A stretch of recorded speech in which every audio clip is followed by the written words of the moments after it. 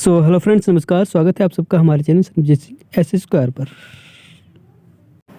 जी दोस्तों, इससे previous lecture हमने द्विनाम पद्धति और कुछ नामकरण समितियों के बारे में जाना था। आज हम उसी के आगे द्विनाम पद्धति जो थे उसके नियम क्या है द्विनाम पद्धति के वो जानेंगे। देखिए, द्विनाम पद्धति के नियम। वैज्ञानिक नाम दो नाम से बना होता है। पहला नाम वंश का नाम होता है और दूसरा नाम जाति का नाम होता है। ये हमने प्रीवियस लेक्चर में आपको बताया था। तो देखिए, पहला जो इसका नियम है कि पहला नाम वंश का नाम होता है और दूसरा नाम जाति का। दूसरा नियम क्या है? वंश का नाम पहला अक्षर बड़ा होता है, जाति का नाम पहला अक्षर छोटा होता है। ठीक है। देखिए, जैसे एग्जाम्पल के लिए आम का वैज्ञानिक नाम मैजिफेरा इंडिका होता है, तो इसका वंश का पहला एम जो है बड़ा बना हुआ है ना।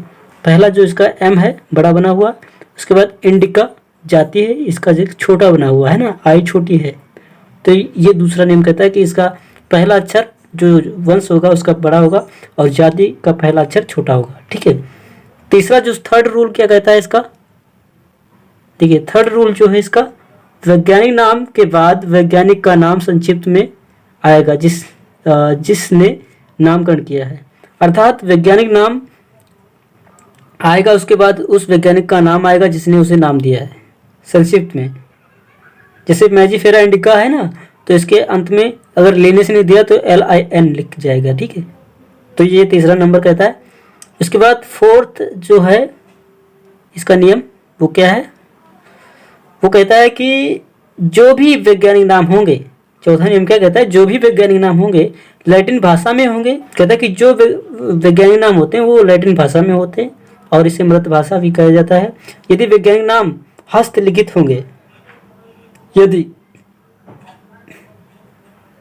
ये रूल नंबर 5 है, यदि वैज्ञानिक नाम हस्तलिखित होंगे तो उन्हें रेखांकित करना होगा।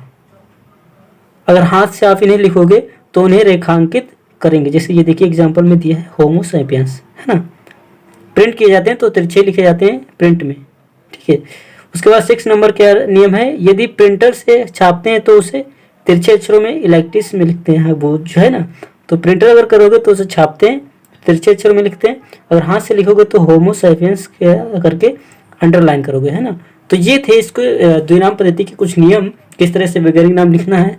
उसके बाद देखते बात कर लेते हैं सजीव जगत का वर्गीकरण। सजीव जगत का वर्गीकरण। ठीक है। देखिए, सजीव जगत का वर्गीकरण, क्लासिफिकेशन ऑफ लिविंग वर्ल्ड। जगत मोनेरा, उसके बाद जगत प्रोटिस्टा, उसके बाद जगत कवक, उसके बाद जगत पादप, उसके बाद जगत जंतु। ये 5 जगत हैं, इनका वर्गीकरण होगा। तो देख लीजिए वर्गीकरण क्या है। वर्गीकरण अर्थात अलग अलग बांटना, जिससे जीवों की जाति वंश की पहचान हो सके। वर्गीकरण क्यों आवश्यक है? जीवों को अलग अलग बांटा जाता है जिससे उसकी जाति और वंश के बारे में कुछ पता लग सके कि किस जाति का है, किस वंश का है ना। तो वर्गीकरण 2 प्रकार से किया जाता है, एक समानता के आधार पर, एक असमानता के आधार पर। इसके आगे जो हम बात करेंगे वो नेक्स्ट लेक्चर में बात करेंगे, क्योंकि वीडियो ज़्यादा लॉन्ग हो जाएगा और आपका मन नहीं लगेगा। तो तब तक के लिए नमस्कार, थैंक यू।